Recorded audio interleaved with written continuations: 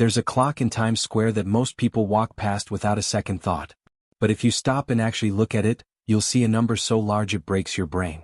Right now, in January 2026, it's spinning past $38.5 trillion. That's $38,500 billion. Let me give you some perspective on just how incomprehensibly large this number is.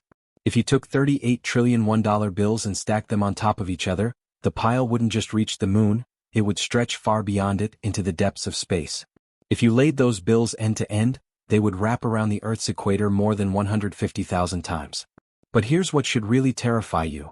That number represents $114,000 for every single person in America. For the average household, that's $285,000 in debt hanging over your head, whether you know it or not. For decades, we've been told not to worry about this. Politicians on both sides of the aisle have dismissed these concerns with phrases like, "We owe it to ourselves," or "As long as the economy grows, the debt is manageable." They've treated the national debt like a score in a video game, intimidating to look at but ultimately inconsequential. But in 2024, something fundamental changed. The math stopped working. We crossed a threshold that economists have been quietly dreading for years. And what's happening now isn't a future problem we can kick down the road. It's happening right now in real time, and it's already changing your life in ways you probably haven't noticed yet. Here's the number that should make your blood run cold. For the first time in American history, the United States government is spending more money paying interest on its debt than it spends on national defense. Think about that for a moment. We're spending more to pay off bondholders from the past than we are to equip the military of the present. We're spending more on interest than on the entire Medicaid program that provides health care to over 80 million Americans. The interest bill alone has crossed the $1 trillion threshold for the first time in 2026. $1 trillion. Every single year. Just in interest. And it's accelerating. The Congressional Budget Office projects that interest costs will consume 14% of all government spending by 2028. That's money that can't be spent on roads, schools, veterans, or any other government service. It's just gone, transferred to whoever owns Treasury bonds. This creates what economists call a debt spiral, and it works like this. Imagine you have too much credit card debt. As a responsible person, you'd cut your spending, cancel subscriptions, stop eating out, and pay down that debt. But the US government can't do that. Why? Because a massive portion of government spending is mandatory. Social Security and Medicare aren't optional line items in a budget that can be trimmed or eliminated. They're promises made to over 65 million retired Americans who paid into these systems their entire working lives. Politically, these promises cannot be broken without triggering a social and political catastrophe. So here's what happens instead. To pay the interest on the old debt, the government has to borrow new money. It's like using a new credit card to make the minimum payment on your old credit card. This increases the total debt, which increases next year's interest payments, which requires even more borrowing. It's a mathematical feedback loop that leads to exponential growth. And once you're in it, there's no conventional way out. There are only 3 traditional ways a nation can escape from a debt burden of this magnitude. And here's the terrifying part. 2 of them are politically impossible in the United States today. This means brutal, economy-crushing tax increases and spending cuts. To actually balance the budget and start paying down this debt, we would need to either double everyone's income taxes or completely abolish the US military. Neither is going to happen. Any politician who proposes cutting Social Security checks by 30% commits political suicide on the spot. Any president who suggests a 70% top tax rate would be voted out in a historic landslide. The American economy has become so addicted to government spending that pulling the plug would trigger an instant depression that would make 2008 look like a minor correction. So austerity is off the table. It's political fantasy. The second option is default. The government could simply announce, "We're not paying." This is what Argentina did in 2001. It's what Russia did in 1998. They just walked away from their obligations. But for the United States, the issuer of the global reserve currency, this would be the nuclear option. The entire global financial system is built on one foundational assumption, that US Treasury bonds are risk-free. Every bank, every pension fund, every trade contract, every financial instrument in the world ultimately rests on this bedrock assumption. If the US defaulted, the global banking system would collapse overnight. International trade would freeze. Credit cards would stop working. Supply chains would disintegrate. It would be a financial apocalypse that would make the Great Depression look mild by comparison. So explicit default is also off the table. It would destroy not just America but the entire global economic order. That leaves only one option. It's the option that every empire in history, from Rome to Weimar Germany to post-war Britain, has eventually chosen. It's the path of least resistance, the politically palatable solution. You don't refuse to pay the debt. You pay back every single cent of it. But you pay it back in currency that's worth significantly less than when you borrowed it. You inflate the debt away. This isn't a conspiracy theory. This is official, though unspoken, U.S. government policy. And they're executing it right now. Let me show you how this works mathematically. If the government owes $38 trillion and inflation runs at 5% per year, the real value of that debt shrinks by 5% annually. In purchasing power terms, the government has just erased $1.9 trillion of debt in a single year without raising a single tax or cutting a single program. The bondholders get their money back, yes. But that money buys fewer groceries, fewer houses, pays for less healthcare. It's theft, but it's hidden theft, disguised as supply chain issues, or transitory inflation, or any other euphemism that keeps the public from understanding what's really happening. We are witnessing a historic shift in American monetary policy called fiscal dominance. And understanding this concept is critical to understanding where we're headed. For 40 years, from the early 1980s to around 2020, the Federal Reserve was the master of monetary policy. When inflation rose, the Fed would raise interest rates to kill it, even if it meant causing a recession. Paul Volcker did exactly this in the early 1980s, raising rates to nearly 20% to break the back of inflation, consequences be damned. But today the roles have reversed. The Treasury is now the master. The debt has grown so massive that the Federal Reserve cannot raise interest rates high enough to truly control inflation, because doing so would bankrupt the federal government itself. Here's the math that keeps Fed officials awake at night. If interest rates went back to 1980s levels, around 10%, the interest payments on $38 trillion would be $3.8 trillion per year. That's more than the entire tax revenue of the United States government. The government would immediately go into default. So the Fed is trapped. It must tolerate higher inflation. It must keep rates lower than they should be. It has become an enabler of Treasury spending whether it wants to or not. The independence of the central bank is dying in real time. Throughout 2025, we've seen this dynamic play out. Despite inflation remaining stubbornly above the Fed's 2% target, political pressure has mounted for the Fed to cut rates. Former President Trump has publicly called for rate cuts of 3 percentage points, citing the high cost of servicing federal debt. His stated concern, $360 billion a point per year in refinancing costs. This is fiscal dominance in action. The debt is so large that it now dictates monetary policy. To understand where we're headed, you don't need a crystal ball. You just need a history book. Because we're not in uncharted territory. We're running the exact playbook the United States used after World War II. In 1945, the U.S. debt-to-GDP ratio hit 119%, similar to today's levels.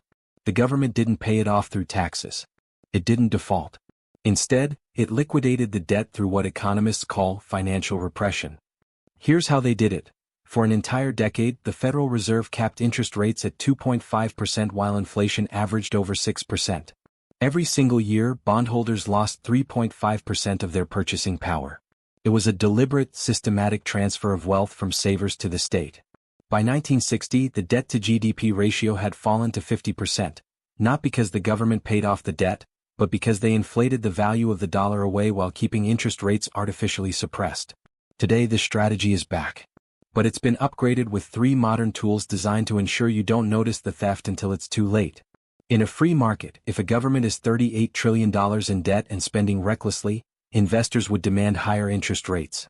They'd say, "You're a terrible credit risk. Pay me 10% or I'm not lending to you." But the U.S. government can't afford to pay 10%.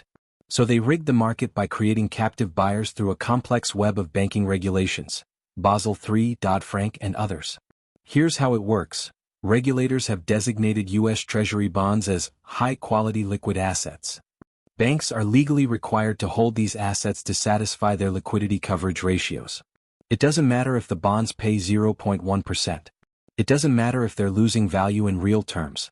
Banks must buy them to stay in business. This creates artificial demand. It forces the financial system to lend money to the government at suppressed rates, regardless of the risk. Your pension fund isn't buying government debt because it's a good investment. It's buying it because it's illegal not to. The second tool is manipulating how we measure inflation itself. If you want to pay people less while claiming you're giving them inflation adjustments, the easiest solution is to redefine inflation itself. Social Security payments and Treasury inflation-protected securities are linked to the Consumer Price Index. If CPI is 10%, the government has to pay 10% more. So the government has a multi-billion-dollar incentive to keep the official CPI number as low as possible. Since the 1980s, the methodology for calculating CPI has been quietly rewritten to systematically understate inflation. They introduced something called substitution bias. The logic goes like this: if steak prices go up, you won't buy steak anymore, you'll switch to hamburger. Therefore, your cost of living hasn't increased as much as the price of steak suggests. See what they did there? They're tracking the hamburger price, effectively ignoring the fact that your standard of living just dropped. You're eating lower quality food, but according to the government, there's no inflation problem. They also introduced hedonic adjustments. If a new car costs $5,000 more than last year's model, but it has better safety features, the government argues the price didn't really go up. The increase is adjusted downward because you're getting more quality. These statistical manipulations save the government billions. If we used the 1980 CPI methodology today, inflation would consistently measure double the official number. The government is gaslighting you about the cost of your own survival to save its budget. The third tool is the Federal Reserve's loss of independence. Historically, the Federal Reserve was independent. Its job was to protect the value of the dollar, full stop. But under fiscal dominance, the Fed loses that independence. When foreign nations, particularly China and Japan, have reduced their purchases of U.S. debt in recent years, someone has to step in to buy those bonds. That someone is the Federal Reserve. It prints money to buy the bonds that nobody else wants. This is quantitative easing, though they rarely call it that anymore. By buying the debt, the Fed artificially suppresses yields and keeps the government's interest bill affordable. But it floods the economy with new dollars. The result is that stock prices go up, real estate prices go up, and asset values completely disconnect from economic reality. This creates what's known as the everything bubble. It generates the illusion of wealth. Your 401k balance looks higher. Your house value looks higher. But it's a monetary mirage. You have more dollars, but those dollars buy less than they did a decade ago. The government is effectively paying off its debt by diluting your share of the economic pie. Now here's where this gets truly insidious. This process is not hitting everyone equally. In fact, it's the primary engine driving the growing wealth inequality that's tearing America apart.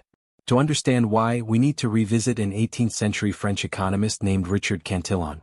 He observed a phenomenon that's now known as the Cantillon Effect, and it's the key to understanding who wins and who loses in an inflationary environment. When the Federal Reserve prints $1 trillion, they don't drop it from helicopters over middle America. They don't send a check to every citizen. They inject it directly into the financial sector. They buy bonds from Goldman Sachs, JP Morgan, and BlackRock. These institutions get the new money first. They get it at essentially zero interest. They use this free capital to buy assets, stocks, real estate, technology companies. By the time this new money eventually trickles down to the average worker in the form of higher wages, prices have already risen. The rich get the money before inflation. The poor get the money after inflation. This is why, since 2008, we've seen a K-shaped economy. The asset-owning class, the top 10%, has seen their wealth explode because the Fed is pumping up the value of their stocks and homes. Meanwhile, the wage-earning class, the bottom 90%, has seen their purchasing power collapse because their wages cannot keep up with the price of rent, groceries, healthcare, and education. The national debt is effectively being paid off by liquidating the American middle class. This dynamic is forcing a fundamental change in how we must think about wealth preservation. For the last 40 years, the standard financial advice was simple. Work hard, save 10% of your income, put it in a bank account, maybe buy some government bonds. This was the safe path, the responsible path. It was designed for a world where money held its value. In a world of fiscal dominance, this advice is financial suicide. If you save in cash while real inflation runs at 5 to 7%, regardless of what the official CPI says, you are guaranteed to lose purchasing power. If you buy government bonds that yield 4% while real inflation is 6%, you're losing 2% per year in real terms. We are entering an era of forced speculation. To simply preserve your wealth, not grow it, just preserve it, you are now forced to take risks. You must buy stocks, real estate, crypto, or other assets just to outrun the devaluation of the currency. The government has turned the entire economy into a casino where you must gamble to survive, because the safe option, saving money, is being deliberately destroyed. Think about the psychological and social implications of this. An entire generation is growing up knowing that diligent saving leads to falling behind. This fundamentally changes people's relationship with money, with planning for the future, with delayed gratification. It creates a society that lives for today because saving for tomorrow is a losing game. But there's one more tool in the government's arsenal that hasn't been fully deployed yet. It's currently being developed in central banks around the world. It's called a central bank digital currency, or CBDC. Right now, the government's ability to control your financial behavior is limited by the existence of physical cash. If the Fed sets negative interest rates to force you to spend, you could simply withdraw your cash and put it under your mattress. Physical cash is the ultimate escape valve. It allows you to exit the banking system. A CBDC removes that exit. If the dollar becomes purely digital, the Federal Reserve gains total control over your money. They could implement negative interest rates instantly, automatically deducting 1% from your account balance every month to force you to spend. They could implement expiration dates on money, programming your stimulus check to vanish if you don't spend it within 30 days. They could make certain purchases impossible with the flip of a switch. This isn't dystopian science fiction. It's already being tested in China with the digital yuan. The Chinese government can track every transaction, set spending limits, and even prevent citizens from making certain purchases, all through digital currency. The digital dollar is the ultimate solution to the debt crisis from the government's perspective. It gives them the power to micromanage the velocity of money and confiscate wealth with nothing more than a few lines of code. The transition to a cashless society isn't about convenience. It's about control. It's about ensuring there's no escape valve when the great wealth transfer accelerates beyond what they can hide with statistical manipulation and bond market manipulation. So where does this all lead? Let me paint you the picture of what's coming. The $38 trillion number will keep climbing. It will hit $40 trillion within months. Then $45 trillion. Then $50 trillion. The Congressional Budget Office projects we'll reach $60 trillion by the early 2030s under current policies. But the value of the dollar will keep declining. The government is betting, no, not betting, they're executing a plan, that they can inflate away the debt faster than markets can panic about it. It's a dangerous high-wire act. If they inflate too slowly, the debt crushes them and they're forced into either austerity or default. If they inflate too fast, they trigger hyperinflation and social collapse.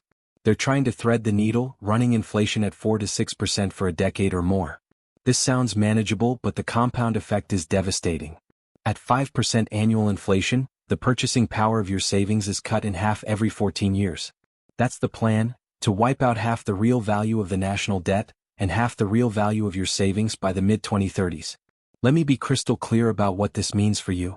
If you're 30 years old today and planning to retire at 65, the dollars you save today will have lost over 75% of their purchasing power by the time you retire, if inflation averages just 4% per year. If it runs higher, which seems increasingly likely given fiscal pressures, the destruction will be even more severe. The retirement crisis isn't coming. It's already here. We're just in the early stages. The United States is defaulting on its debt. It's a slow, polite, bureaucratic default, but it's a default nonetheless. The $38 trillion will never be paid back in real terms, in terms of actual purchasing power. The winners in this new reality will be those who own scarce assets that cannot be printed. Real estate in desirable locations, productive businesses, commodities, gold, Bitcoin, skills that remain valuable regardless of currency debasement. The losers will be those who trust the currency and the institutions. Those who do the responsible thing and save in government-backed accounts. Those who believe the official inflation statistics and plan accordingly. The American dream of saving your way to prosperity is dead. That dream assumed that if you worked hard, lived within your means and saved diligently, you could build a secure future. That social contract has been broken. We are now in the age of asset survival. Your financial strategy can no longer be about saving dollars. It must be about preserving purchasing power through ownership of real assets that maintain their value as the currency degrades. This isn't advice to panic. It's advice to adapt. The game has changed and the rules weren't announced with fanfare. They were changed quietly, in the language of monetary policy and fiscal projections that most people don't understand or pay attention to. But now you understand. You see the machinery. You know what's happening and why. The question isn't whether the government will inflate away the debt. They're already doing it. The question is whether you'll position yourself to preserve your wealth as they do, or whether you'll be among those who wake up in 10 years wondering why everything costs so much more while their savings seem to buy so much less. The choice ultimately is yours. But make no mistake, choosing to do nothing to leave your wealth in dollars and government bonds is itself a choice. And in this new era of fiscal dominance, it's the most dangerous choice of all. The machinery is in motion. The plan is being executed. And the clock in Times Square keeps spinning, adding another trillion every few months, while the value of each dollar in your pocket quietly fades away.